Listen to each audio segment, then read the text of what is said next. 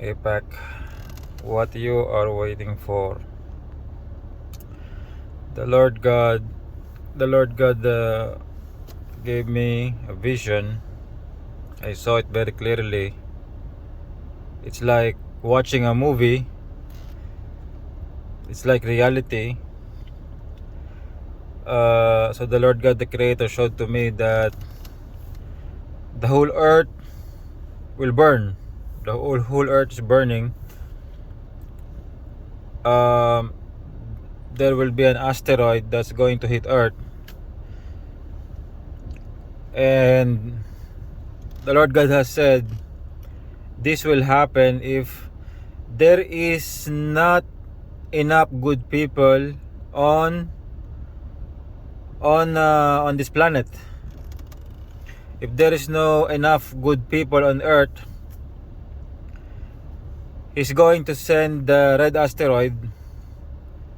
It's prophesied in Revelation 8:7, and it's going to burn everything. So the Lord God, the Creator, is waiting on actions from humans to do this job, to do the job of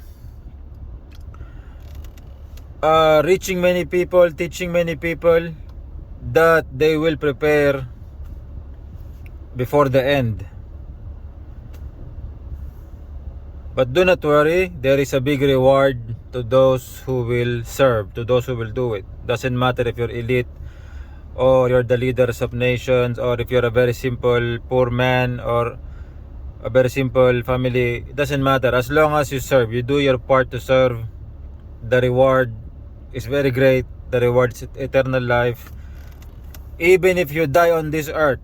But if you do service for God the Creator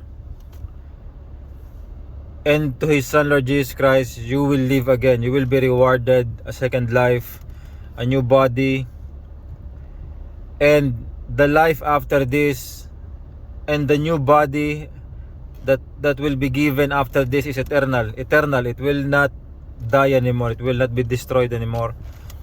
So the Lord God is waiting. The Lord God gave me a vision. The earth is burning. This will happen.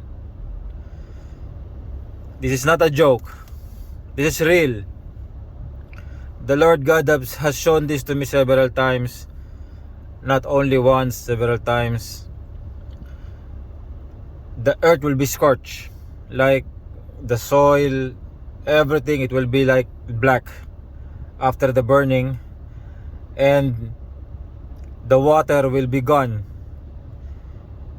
It's unbelievable. Imagine how so many water on this planet, they will all be gone when the Lord God will burn this earth. When that happen, all the water will be gone. Because I saw it. The Lord God showed it to me. Now we can delay it. We can prevent it. Even though the Lord God has showed it to me, we can delay it. We can prevent it. We can save ourselves. We can save our life. We can save our families or our nations. And we can prepare for what is next. We can even have eternal life after this life, if we're gonna work now, if we're gonna do what is right. That is to deliver the message to the people, to all the nations, to all the countries, to every corner of this earth, to every language, to deliver the message that the end is near, that the Lord God, the Creator, will return here, that His Son Lord Jesus Christ will come here again and do the preparations for the coming of God the Creator. This is what the Lord Jesus Christ is saying in the Holy Bible. The New Jerusalem, it will come here. The New Jerusalem, it will come here. That is the paradise. That is eternal life. That is the perfect place. the dwelling of God the Creator. It will be here. It is called New Jerusalem. It is even named after Jerusalem, the one there in the Middle East. So, I'm talking to you, AIPAC, the leaders of AIPAC, leaders of Israel.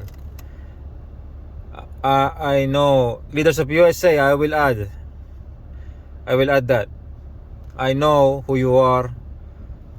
The Lord God told me, now, do not delay.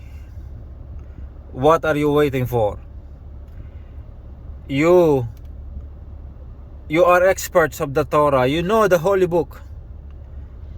The very first law that was given to mankind, it was given to Moses. And Moses is an Israelite.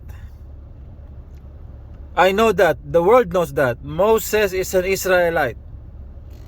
So, the first law was given to him, and it was given to him for a task, for a work, to work for God the Creator, to apply His law to the nations, to do what is right.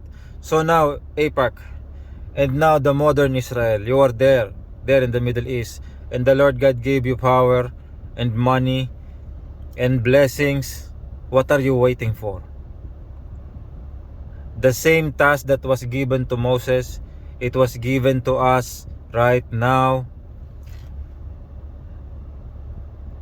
I need airplanes. I need access to different nations. I need military security. I need funding and system to manage everything, to manage many people in different countries. Do not wait. And one more thing, you know that we don't live forever. We don't live forever. Look how many people already died. Why are we wasting time? Do not waste time. Do not waste time.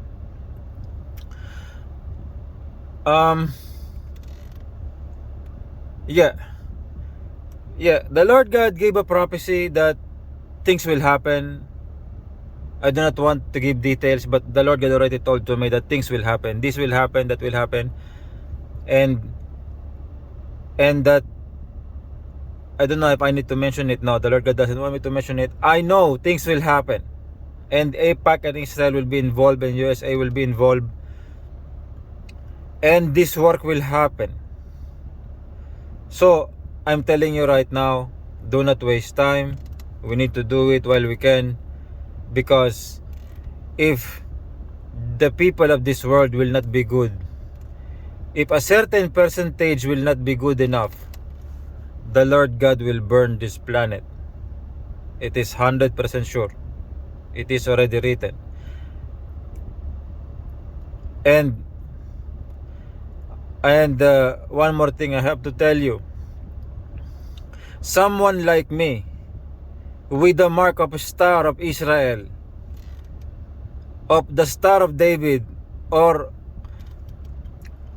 with a mark of a star or fire from the Lord God the Creator, will not be born again, will not come again. The next event after me, it's already Judgment Day. It's already the end of the world. So, while I'm here right now, we do it. Send your support, and we're gonna do it. I'm gonna lead it. I'm gonna lead the project, and I need your full support. Your full support for this project, so that we can save our own self, we can save our family, we can save our nations.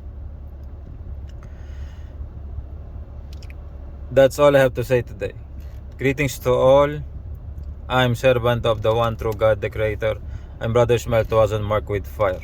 I greet you all, leaders of AIPAC, of Israel, leaders of USA, and the very elite families, and all the leaders of nations who are watching me. I greet you all. To God be the glory. May the name of the Lord God, the Creator, be praised in all the nations. And may all the people around the world obey and respect and honor God the Creator, the one who created all of us. In the name of Lord Jesus Christ, Amen.